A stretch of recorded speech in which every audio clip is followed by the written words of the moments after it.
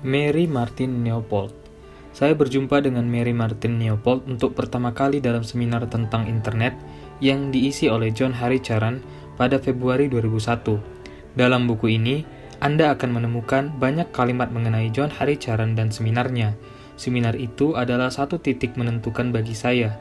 Meski awalnya saya tidak mempunyai firasat semacam itu, saya hanya berpikir bahwa saya sudah bertemu beberapa orang yang sangat menarik. Salah satu di antara orang-orang itu adalah Mary Martin Neopold. Pada suatu hari seusai seminar, beberapa orang di antara kami duduk di lobi hotel sembari berbincang sebelum pesawat menerbangkan kami ke rumah masing-masing. Semua orang yang duduk di lobi itu sangat mengagumkan. Masing-masing menguasai tema yang kami perbincangkan. Namun, ketika mendengar kata-kata Mary, saya tiba-tiba merasa yakin bahwa dia memiliki banyak pendapat penting berkaitan dengan topik yang sangat saya sukai, keberuntungan, dan cara melihat peristiwa-peristiwa biasa sebagai keberuntungan. Dengan hanya berdasarkan dorongan hati, tanpa mengetahui riwayat hidupnya, atau bahkan mengetahui bahwa dia seorang penulis dan editor profesional, saya memintanya agar bersedia menulis artikel untuk buku ini. Dengan senang hati, Mary menerima tawaran saya. Jadwalnya sangat padat, dia mengirimkan tulisannya tepat pada waktu yang dijanjikan. Kini, saya tahu naluri saya benar. Mary menawari kita sebuah pandangan individual mengenai keberuntungan dari bermacam perspektif yang sangat menakjubkan, melalui kacamata dan pengalaman hidupnya. Melihat apa yang sudah ada di sana. Mary Martin Neopold. Ada sepotong syair lagu blues yang menyatakan, "Aku beruntung sampai aku sial." Saya pernah sangat mencintai lagu ini.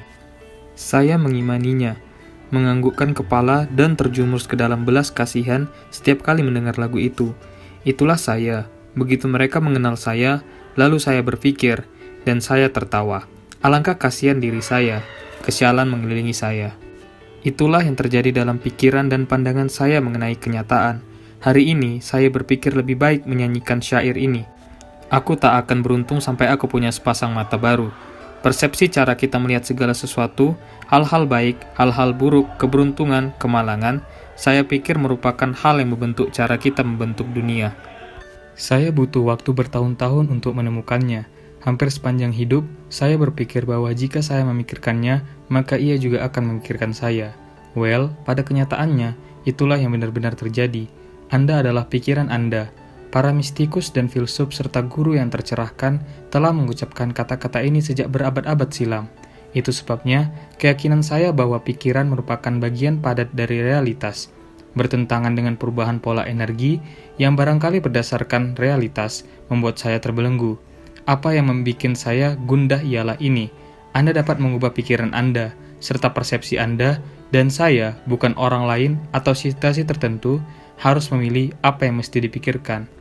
Gagasan itulah yang lantas mengubah sepenuhnya kehidupan saya. Dengan menerima gagasan itu, saya berubah dari seorang korban yang menyedihkan menjadi orang yang bebas menentukan pilihan. Apa yang membedakan antara meyakini Anda adalah yang Anda pikirkan sebagai lonceng kematian dan Anda adalah yang Anda pikirkan sebagai tanda dari kehidupan sebuah planet? Waktu. Dibutuhkan banyak waktu untuk berubah dari seorang korban yang menyedihkan menjadi seorang pencipta. Tatkala saya melihat bahwa saya bisa memilih, kehidupan saya melambung ke atas serupa aliran udara. Sebagian orang berpendapat Anda tidak dapat memikirkan dua hal sekaligus dalam waktu yang sama. Ketika saya mendengarnya, saya mengembuskan napas panjang. Kesederhanaan yang agung. Namun, kata-kata itu benar. Anda tidak dapat memikirkan dua hal sekaligus pada waktu yang sama. Anda hanya perlu mencobanya untuk membuktikannya. Anda hanya memerlukan waktu 1 nanodetik. Jadi, saat saya mencobanya, saya sudah siap mengambil langkah berikutnya. Tanda-tanda keberuntungan baru saya. Akhirnya, saya memahami bahwa keberuntungan sebenarnya merupakan cara kita melihat segala sesuatu. Tidak senang dengan apa yang ada di hadapan, lihatlah dengan cara yang berbeda. Jika Anda tidak senang dengan apa yang Anda pikirkan, Anda bukan satu-satunya orang yang memikirkannya. Maka ubahlah. Sederhana, ubahlah pikiran Anda. Dalam hal ini, keberuntungan merupakan apa yang sudah ada di sana. Anda hanya harus melihatnya. Sebutlah hal itu sebagai melihat kemungkinan, atau sebutlah itu sebagai melihat yang tak terlihat. Betapapun Anda ingin menaruhnya di sana, saya percaya bahwa keberuntungan, pertemuan antar situasi dan kesiapan, sudah berada di sana. Namun, tak ada kesempatan. Saya akan melihatnya jika saya pikir hal itu bukan untuk saya. Di sisi lain, saya tidak akan melihat apapun jika saya selalu mencoba mengungkapkannya atau memikirkan apa yang sudah saya ungkapkan. Dalam menyingkirkan harapan saya tentang apakah sebenarnya kenyataan, saya membuka diri untuk kenyataan, bukan membuka diri terhadap anggapan saya perihal kenyataan. Saya menyukai kata kemungkinan. Kata ini terdengar seperti harapan. Keduanya menandakan bahwa sesuatu sudah berada di sana. Sebuah kemungkinan barangkali masih dalam tahap persiapan, tetapi telah berproses. Persemaian realitas tengah menanti seseorang untuk mulai menyiraminya dan merawatnya dengan baik. Ini bukanlah pekerjaan sederhana, bukan gelombang dari abad baru yang mengabarkan bahwa kita bisa menyetel sesuatu hanya dengan mengimajinasikannya. Pengalaman saya menegaskan bahwa saya melihat seolah-olah ia benar-benar berada dalam pikiran, dan bahwa pola-pola pemikiran dan perasaan adalah energi yang terkandung dalam tubuh. Energi itu tertuang dalam ikatan dan napas-napas pendek, dalam stres dan tekanan darah tinggi. Terkadang, saya percaya energi itu juga dapat terwujud dalam tekanan jantung, kanker, dan penyakit serius lainnya. Ucapan saya kepada diri sendiri untuk tidak kecewa pada masa lalu lagi terdengar sama dengan ucapan saya untuk membayangkan diri sendiri sebagai diri sendiri, dan kemudian mencoba tersenyum dengan lutut ditekuk mendekati hidung dalam sebuah pesawat bertempat duduk 4 penumpang. Apa yang dapat saya lakukan ialah memutuskan dengan frekuensi perasaan yang saya inginkan. Saya dapat memilih energi kemarahan, kebencian, ketakutan, dan kesedihan yang rendah. Saya dapat merasakan energi itu saat ia hadir dan datang. Dan lantas saya dapat memilih memberikan perhatian lebih tinggi pada energi harmoni, kedamaian, persahabatan, dan cinta. Itulah realitas sejati, atau esensi sejati.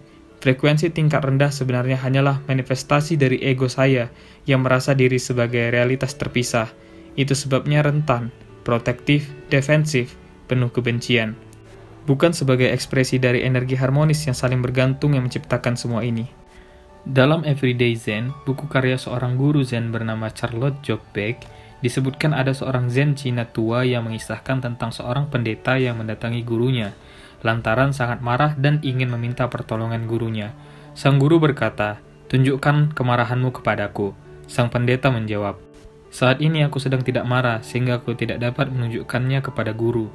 Saat itulah sang guru berkata, "Jelas sudah, kemarahan bukanlah dirimu, karena bahkan terkadang ia tidak ada. Kita, tulis Joubek, memiliki banyak wajah, tetapi wajah-wajah ini bukanlah diri kita." Itulah yang saya alami, melalui meditasi, melalui tradisi timur, dan kebijakan para guru rohani mulai dari Buddha, Kristus, dan Bunda Teresa hingga Marcus Aurelius, Gracie Allen, John Coltrane, Albert Einstein, termasuk yang masih hidup seperti Ron Young, ahli onkologi saya, Dr. Mitchell Gaynor, yang menggunakan nyanyian dan mangkuk Tibet dalam proses penyembuhan. Dan sahabat tercinta saya, John Haricharan, yang harus saya lakukan ialah melakukan apapun untuk melepaskan energi dan perasaan trauma saya. Dan bukan saya, master penolong yang dapat menghapuskannya hanya dengan mantra atau visualisasi New Age paling mutakhir yang menyingkirkan mereka.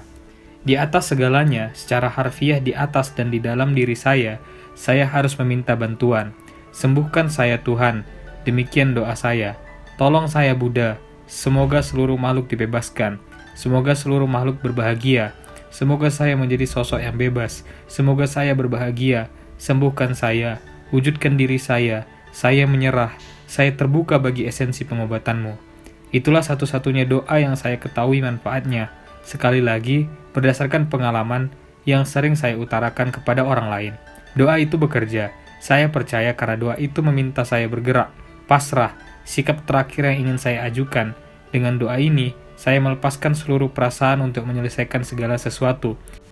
Bahkan saya mengikuti aliran ketak terbatasan yang benar-benar memiliki kemampuan lebih tinggi dan lebih luas untuk mewujudkan secara lebih selaras ketimbang ego kecil saya yang berputar-putar, yang mengira bahwa dia berada dalam sudut alam semesta yang kecil dan terbatas.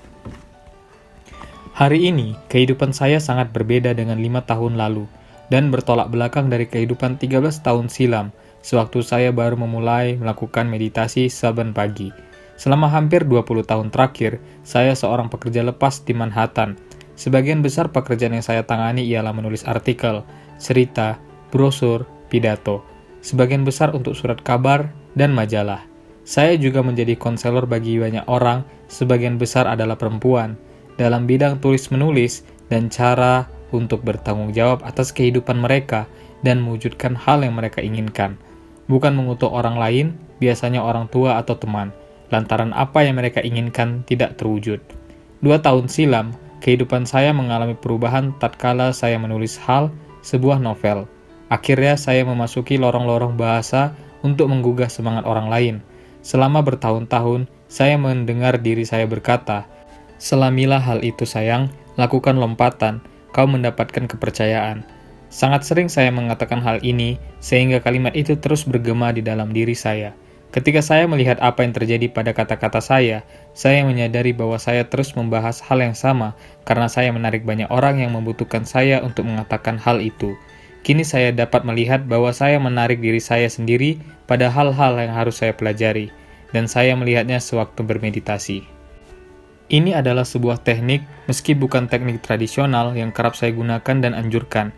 Setelah 20, 30, 40 menit duduk dengan sepenuh napas pikiran, hanya duduk, bukan berusaha melakukan analisis, mengubah atau mengalihkannya, saya membiarkan kesadaran berjalan menuju pikiran saya. Dalam kondisi relaksasi ini, secara sadar saya menceburkan diri ke dalam situasi yang mengganggu. Saya memvisualisasikan situasi ini. Para pemain lain terlibat di dalamnya. Saya dapat melihat mereka dan saya berada dalam situasi ini dan kemudian saya bertanya, apa yang mesti saya ketahui berkaitan dengan hal ini? Terus terang, saya melewati beberapa hubungan penting karena situasi yang tidak memuaskan itu terus berlanjut. Itu sebabnya saya bertanya, apa yang mesti saya ketahui berkaitan dengan hal ini? Dan saya menunggu. Ada kalanya jawaban datang dengan cepat, ada kalanya datang setelah berhari-hari atau berpekan-pekan, namun selalu datang. Ketika saya mengajukan pertanyaan tentang diri saya, mengapa saya selalu berkata kepada orang lain jika mereka harus melakukan lompatan, saya menemukan bahwa sesungguhnya perkataan itu juga ditujukan kepada diri saya sendiri. Amalkan apa yang kau ajarkan, kata sebuah suara. Saya mendengarnya. Kemudian saya sadar bahwa sebenarnya saya tidak pernah melakukan lompatan. Ini adalah waktu bagi saya untuk menulis, bukan demi orang lain atau demi bayaran. Saya harus menulis karena itulah cara saya melompat ke dalam dunia yang tak diketahui, yang dipungut oleh mimpi-mimpi saya. Itu juga berarti bahwa saya membutuhkan kepercayaan. Anda adalah apa yang Anda pikirkan. Saya mengubah gagasan saya tentang diri saya sendiri. Tidak, saya tidak harus memiliki pengesahan untuk mengabsahkan hasrat menulis saya. Tidak, saya tidak harus mendapatkan persetujuan orang lain untuk menulis. Tidak, saya bahkan tidak perlu mengetahui apa yang hendak saya katakan. Saya hanya perlu memulainya. Mari maju, biarkan ia membubung tinggi. Kerja ini menjadi pengalaman yang paling membahagiakan, paling mencerahkan sepanjang hidup saya.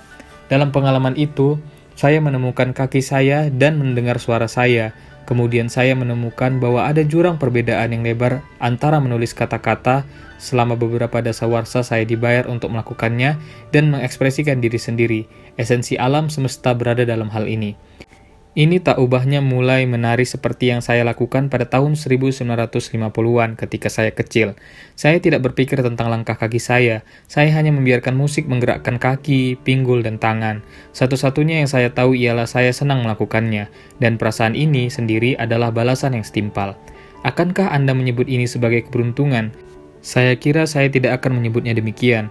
Apakah Anda menyebut disiplin ketika orang tua menaruh hidung Anda pada batu gerindra dan menggerindranya? Bukan. Saya hanya mengubah pikiran dan memohon pertolongan. Tuhan, saya tidak mengerti apa yang saya lakukan, tetapi saya percaya Engkau mengetahui karena saya tidak merasa mengatakannya. Ini terasa seperti saya duduk di depan komputer. Tolonglah saya menyerah. Kemudian Sang Maha Kuasa melakukannya. Bahkan ketika saya takut atau merasa tidak tahu menahu tentang apa yang hendak saya katakan, saya hanya duduk di depan komputer, menyandarkan pergelangan saya pada panel depan komputer, dan kemudian berdoa, "Baiklah, saya siap, ini giliranmu Tuhan." Apakah tulisan ini akan diterbitkan dan dibaca? Saya tidak dapat mengatakannya saat ini. Saya hanya perlu menyelesaikannya. Apa yang bisa saya katakan ialah dengan menulis. Saya mewujudkan sesuatu dalam diri saya dan mengaktifkan ketakutan yang telah lama berhenti bahwa saya tak punya apapun yang harus diucapkan. Saya membuktikan bahwa itu keliru, dan kini buku berjudul Blues from Joshua siap diterbitkan. Saya harap buku ini akan dibaca. Satu-satunya alasan, buku ini memuat kisah yang tampak nyata bagi para pembaca, seperti halnya bagi penulisnya. Ringkasnya, ia membahas tentang kebebasan. Saya sendiri bahkan tidak tahu apa tema buku ini sampai saya menyelesaikannya. Sebelum bab terakhir, buku itu mengungkapkan bahwa saya telah menghabiskan waktu 18 bulan untuk menulis tentang hal yang bisa saya ungkapkan dengan tulisan. Kini, saya juga tahu bahwa saya sudah melakukan sebaik yang saya bisa, terutama bagi seseorang yang menghabiskan sebagian besar hidupnya untuk berpikir bahwa jika pertama-tama Anda berkata bahwa Anda menyukai saya, maka saya akan memberikan Anda sesuatu. Terima kasih, Tuhan. Jadi, sebagaimana aspek-aspek lain dalam kehidupan saya, halangan terbesar dalam penulisan buku ini ialah pikiran saya sendiri. Bermacam ketakutan dan penghakiman terus bermunculan dan mendera diri saya. Kau pikir siapakah dirimu? Apa yang membuat kau berpikir bahwa kau mempunyai sesuatu yang dapat dikatakan? Namun, karena saya melakukan meditasi, saya dapat membangkitkan pertanyaan-pertanyaan ini dan tidak berusaha menghapusnya. Saya membiarkan pertanyaan-pertanyaan itu terus hidup dalam benak. Saya membiarkan mereka, tidak melawan dan berupaya mengubah atau mengusir mereka. Saya memeluk mereka, tetapi saya tidak tidur bersama mereka. Ketika bersama mereka inilah, mereka muncul dan hilang dalam hitungan detik. Saya membuktikan bahwa pola-pola pikiran ini benar-benar berfrekuensi rendah. Pola energi mental yang berumur pendek, sekali lagi, saya menemukan bahwa perlawanan terhadap pikiran sendiri, bukan pikiran itu sendiri, akan memicu kesedihan. Dalam keadaan menerima, saya justru dapat memilih kedamaian dan menjejakkan kaki dengan percaya diri. Kemudian, sewaktu melakukannya, saya mempelajari apa yang diucapkan oleh para guru dan pahlawan berabad lalu. Keberanian bukanlah berarti tak ada rasa takut. Saat saya duduk dengan ketakutan, saya menemukan hal terbesar dari semua ini. Kebebasan muncul serupa teman masa kecil yang tak hendak melakukan apapun selain menemani Anda. Dia selalu bersama Anda karena Anda menyukainya sama seperti dirinya menyukai Anda. Penyair Persia abad ke-13, Jalaluddin Rumi mengatakan dengan cara begini. Kalau seorang teman tumbuh dalam dirimu, akankah kau menundukkan kepala? Akankah kau bertanya dari mana? Ia datang dan bagaimana cara ia datang? Kalau kau berkata, akan kutundukkan kepala, itu penting. Jika kau menjawab, yakinkah aku, itu akan menunda pertemuan. Seperti orang yang sibuk, berkerumun di sana dan kembali ke sini sembari bergumam. Kini aku tahu, tidak. Kini aku tidak tahu. Tenanglah dan berputarlah tanpa hasrat. Jangan engkau angkat tanganmu untuk meminta sesuatu. Yang suci duduk di tepi sumur. Seperti Yusuf, seutas tali berada di hadapanmu. Angkat tanganmu untuk mengambil tali itu. Akankah kau membungkuk? Biodata. Mary Martin Newport adalah warga Manhattan, Amerika Serikat, yang selama 25 tahun bekerja selaku penulis, editor, pelatih, dan konsultan lepas. Selama 14 tahun, dia menjadi penulis feature dan editor surat kabar Philadelphia Inquirer, dan baru-baru ini menjadi editor eksekutif Tricycle The Bundy's Review, majalah 3 bulanan yang banyak beroleh penghargaan. Dia bersama Dr. Mitchell Gaynor menjadi pengarang pembantu untuk buku berjudul Healing Space yang mengupas dampak-dampak penyembuhan pada lingkungan yang tidak terlihat. Segala sesuatu mulai dari cahaya dan suara, warna dan tumbuhan sebagai pola-pola geometris tersembunyi, dan bagaimana hal itu memengaruhi tubuh kita. Buku ini dan novelnya, Blues for Joshua, kini masih dalam proses penerbitan. Mary adalah penulis spesialis tema-tema semisal perjalanan, mode, kecantikan, kesehatan, dan seni. Artikelnya banyak bermunculan di New York Times, Associated Press, Coldplay News Service, GQ, Northwest Airlines, New Choices, dan pelbagai surat kabar dan majalah lain. Perusahaan yang pernah ditanganinya antara lain Cornell Whale Integrative Medicine Center, Estée Lauder, Clarins, Chanel, Chartier, Tiffany, Chesapeake Ponds, dan lain-lain. Dia pemeluk Buddha dan ibu dari 2 anak serta nenek dari 3 orang cucu.